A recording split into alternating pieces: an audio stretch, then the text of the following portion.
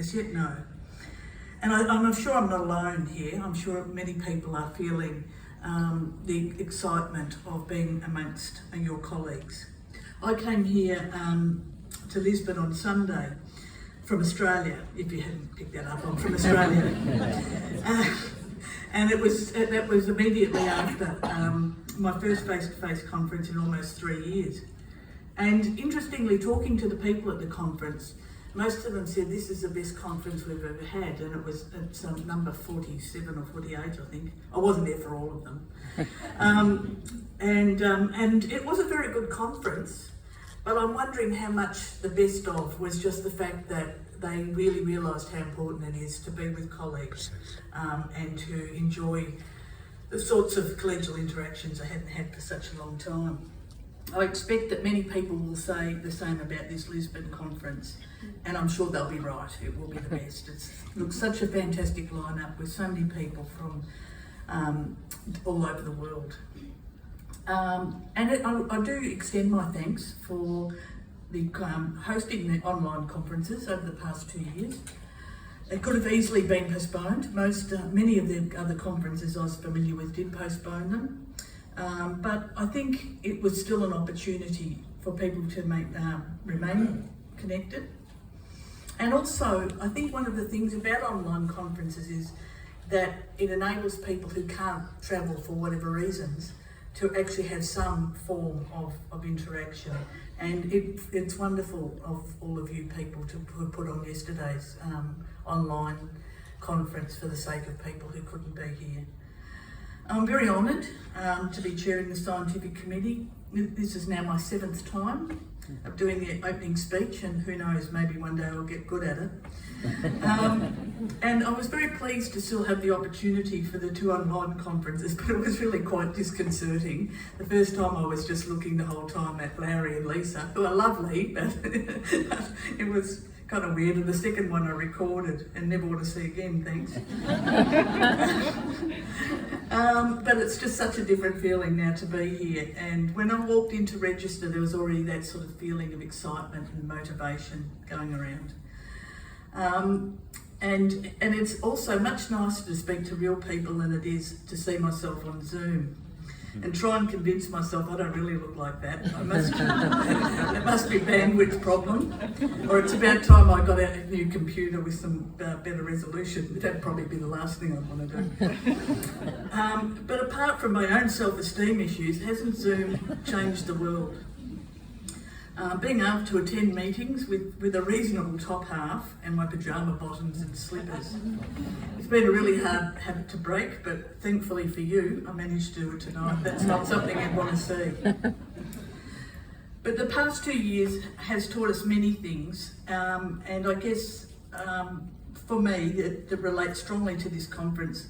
2 things: the importance of incidental human contact and the need for flexibility.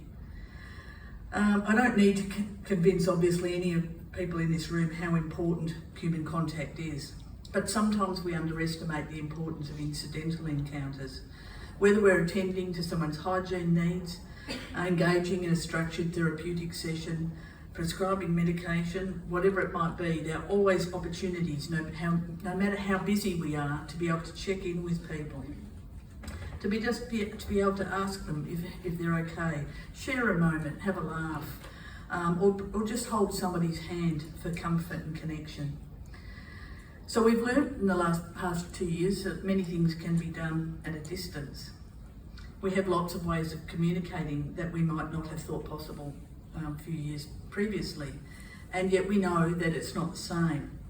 Online conferences and online meetings and other online interactions can meet some need, and they have an important place, but they don't provide the same opportunity for incidental contacts, having conversations that can have a significant impact on our future careers and experiences.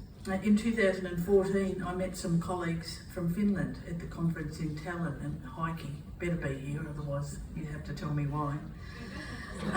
Which led to a successful grant application, an amazing piece of work about experts by experience involvement in mental health education. Could that have happened online? Possibly, but unlikely. So I'm looking forward to making the most of these opportunities, reconnecting with valuable friends and colleagues I've met over the past almost decade since attending these conferences. I love that conference bag, thank you. I've been to all of them. I'm very impressed. And I encourage you all to do the same, though I don't think much encouragement will be needed. But as you do, just think a little about how important these incidental interactions are to us, and importantly, how important they are to those who use mental health services. These incidental interactions can transform therapeutic relationships to deeply human ones, and we must never underestimate the importance of being treated as a human. I think I stole that from a publication title from Anya O'Donovan. She'll forgive me. And another learning from COVID is flexibility. So, as I said, the conference yesterday was hosted to be inclusive of colleagues unable to attend in person. And this flexibility is also important for service users. As professionals may prefer face-to-face contact, however, in many cases it may be impractical or undesirable. COVID, for all of these disasters, has shown us that we can do things differently, and that remote connection is a very important and necessary option.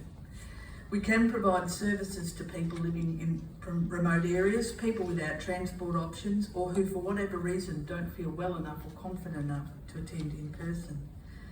There are often well-intended reasons for pushing people to come to face-to-face appointments, and we may well continue with some encouragement, but we must also remember that some people at some time may need more flexible options. Reflecting our recovery approach to mental health services, we need to work with their goals. As we know, the pandemic is far from over. It is likely that we will live with uncertainty for some time to come. Let us make the most of this wonderful opportunity to be together, to learn, and to take away many things that will make our experience of mental health services, from whatever perspective, more positive in the future. Thank you very much.